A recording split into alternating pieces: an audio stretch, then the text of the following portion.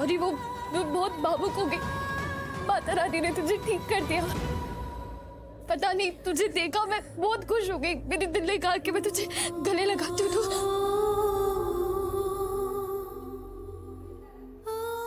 माफ करना, मेरी वजह से आपको इतनी तकलीफ हुई ना। माँ हूँ मैं, मतलब माँ जैसी हूँ। माँ को बच्चों से तकलीफ नहीं होती, बच्चे तकलीफ में होते हैं तो उन्हें देख के माँ को तकलीफ होती है। हाँ, आप ठीक हो ना? तू ठीक है? तुझे देख के मैं भी ठीक हो गई। हाँ? ये कैसा रिश्ता है कि आप दोनों ने एक दूसरे को अपना मान लिया। आपको प्रार्थना में अपनी बेटी दिखती है और प्रार्थना को आप में उसकी माँ, जबकि आप एक दूसरे को जानते भी नहीं, फिर भी रिश्ता बन गया। एक दूसरे को जानने लगे, एक दूसरे को पहचानने लगे, एक दूसरे का दर्द महसूस करने लगे। प्रार्थना, तुम किसी को ढूंढ रही थी। तुम्हें कभी वो प्यार नहीं मिला जो एक माँ देती है, कभी वो साथ नहीं मिला जो एक माँ देती है। तुम्हारी आंखों में जब आंसू आए तो उन्हें पोंछने वाले वो हाथ नहीं आए जो एक माँ के होते हैं। और अभी कुछ दिन पहले तुम्हें एहसास हुआ कि तुम्हारे पास वो प्यार नहीं था, क्योंकि तुम्हारे पास वो रिश्ता ही नहीं था। और आप बरसों से अपनी बेटी को ढूंढ रही है, और ये बरसों से अपनी माँ को। और इत्तेफाक से आप दोनों मिले, और मिलते ही रिश्ता बन गया। एक ऐसा रिश्ता जहां आप एक दूसरे का दर्द समझने लगे। एक ऐसा रिश्ता जो माँ बेटी का हो। आप लोगों को भी एहसास हुआ कि ऐसा क्यों हुआ? क्योंकि आप लोगों का रिश्ता कुदरत कायनात का रिश्ता है, जन्म का रिश्ता है, माँ बेटी का रिश्ता है। हाँ प्रार्थना, ये तुम्हारी माँ पूर्वी मल्होत्रा है।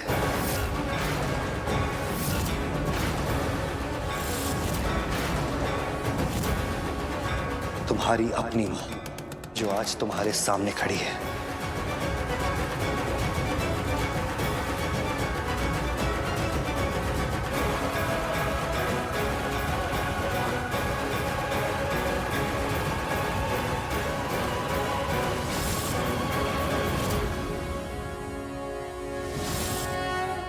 और हाँ, मैं आप लोगों को बताना भूल गया, जब आप फॉर्म पे साइन कर रही थी तो मैंने आपका नाम देख लिया था, और आप लोगों की परमिशन के बगैर मैंने डीएनए टेस्ट करवा लिया था। और जो रिपोर्ट आई है उसमें आप लोगों का रिश्ता लिखा है, माँ बेटी का रिश्ता।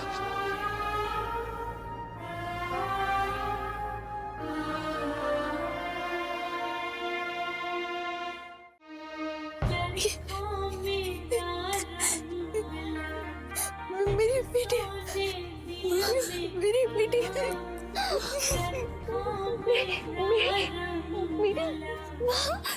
मेरी प्रज्ञा है।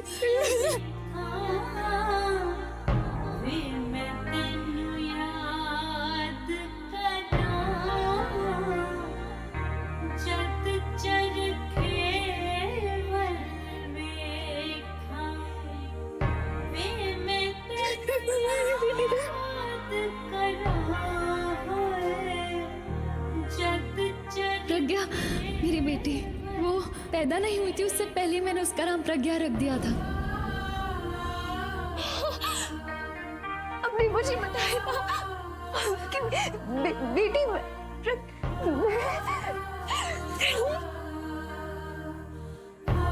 ये कैसा संजोग है? विधि का कैसा योग है? श्रीनाथ जी, मुझे मेरी माँ से, मेरी माँ की माँ, मैं आपकी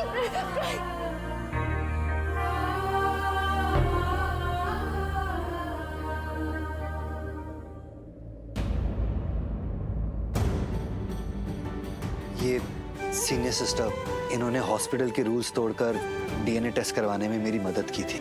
मैम इन पेपर्स पे आपके साइन चाहिए। मैम वो मैंने आपके और प्रार्थना के डीएनए टेस्ट किए, वो भी आप दोनों से बिना पूछे। वैसे तो ये इस हॉस्पिटल के रूल्स के खिलाफ है। कल को मुझे और रौनक जी को किसी भी परेशानी का सामना न करना पड़े, तो प्लीज़ इन पेपर पे साइन कर दीजिए। हाँ, मैं कर दूंगी, मैं साइन कर दूंगी।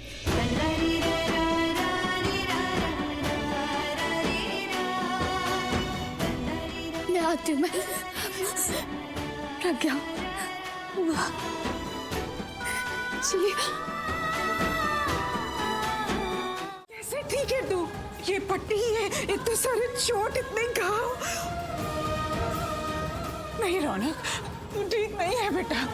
मैंने तुझे कभी भी इस हालत में नहीं देखा। हाँ, ये सब इस लड़की की वजह से है। इस लड़की के होने वाले पति के गुंडों ने तुझे मारा है। रौनक, मैं सब जानती हूँ, ये सब इस लड़की के वजह से हुआ है। नहीं मॉम, इसकी कोई गलती नहीं है। मेरे साथ कुछ भी होता है तो आप इसको क्यों ब्लेम कर देती है? मैं तेरी माँ हूँ, मैं तेरा दर्द देख सकती हूँ, महसूस कर सकती हूँ, लेकिन तुझे अपनी माँ का दर्द नहीं दिखता। तुझे नहीं पता मुझ पे क्या बीत रही है रौनक। जब तुझे चोट लगती है ना तो दर्द मुझे होता है, मेरा दिल रोता है रौनक। लेकिन तू नहीं समझता। क्यों तू बिना बोले अपनी शादी के मंडप से उठकर चला आया? किसके लिए रौनक? इस लड़की के लिए। तूने इसकी शादी रोकी, इसके होने वाले पति के गुंडों ने तुझे मारा। ये सब किस वजह से? रौनक, इस लड़की की वजह से। रौनक, आज तेरी ये हालत है किसके वजह से? इस लड़की की वजह से। और तू बोल रहा है कि मैं चुप रहूं, इसे माफ कर दूं, इसकी आरती उतारूं, इसे कुछ ना कहूं।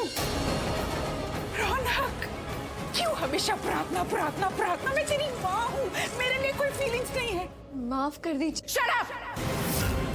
मैं अपने बेटे से बात कर रही हूँ, बीच में बोलने की कोई जरूरत नहीं है। और तुम बोलोगी क्या? तुम तो बोलने के लायक ही नहीं हो।